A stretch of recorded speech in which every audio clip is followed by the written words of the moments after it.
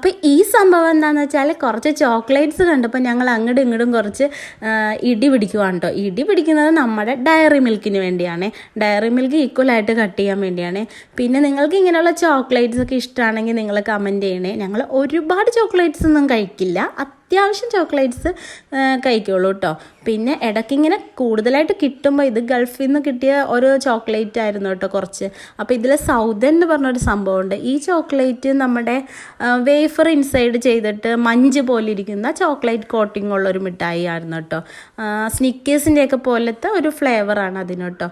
പിന്നെ നമ്മുടെ സാധാരണ നമ്മളെപ്പോഴും നമ്മുടെ കിറ്റ്കേറ്റ്, പിന്നെ ഡയറി മിൽക്കാണ് കൂടുതലും ഞങ്ങൾക്ക് ഏറ്റവും ഇഷ്ടമുള്ളത് കേട്ടോ.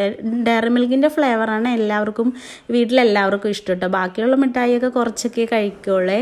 പിന്നെ ഇങ്ങനെയുള്ള വീഡിയോസൊക്കെ നിങ്ങൾക്ക് ഇഷ്ടമാണെങ്കിൽ നിങ്ങൾ കമൻറ്റും ഷെയറും ചെയ്യണേ. നിങ്ങൾക്ക് ഏറ്റവും ഇഷ്ടപ്പെട്ട ചോക്ലേറ്റ് മിഠായി ഏതാണ്? ഡാർക്ക് ചോക്ലേറ്റ് ആണോ? ഏതാണ് നിങ്ങൾക്ക് ഇഷ്ടം എന്ന് കമൻറ്റ് ചെയ്യണം കേട്ടോ.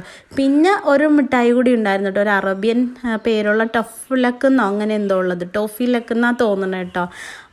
അതിപ്പോൾ ഓപ്പൺ ചെയ്ത് കാണിച്ചു തരാം കേട്ടോ.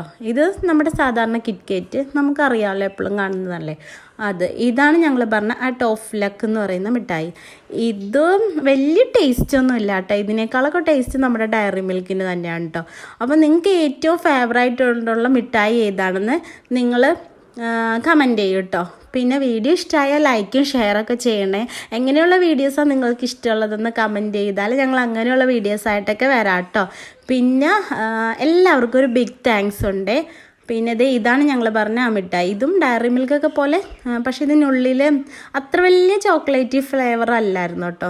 ഏറ്റവും നല്ലത് ഡയറി മിൽക്കാണ് കേട്ടോ. നമ്മുടെ ഡയറി മിൽക്ക് സിൽക്ക് അടിപൊളിയായിരുന്നു കേട്ടോ. അതിന് വേണ്ടിയായിരുന്നു ഞങ്ങൾ നല്ല ഇടിയും പിടിച്ചത്.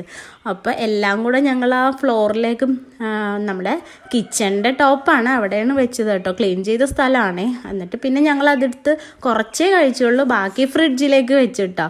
പിന്നെ നമ്മൾ എന്തെങ്കിലുമൊക്കെ ഇടയ്ക്കൊക്കെ ഒരു കാർവിങ്സ് ഒക്കെ തോന്നുമ്പോൾ എടുത്ത് കഴിക്കാമെന്ന് വിചാരിച്ചിട്ട് അങ്ങനെ. അപ്പോൾ ഈ വീഡിയോ ഇഷ്ടമായാൽ നിങ്ങൾ ലൈക്കും കമൻറ്റും ഷെയർ ചെയ്യണേ. Thanks for watching.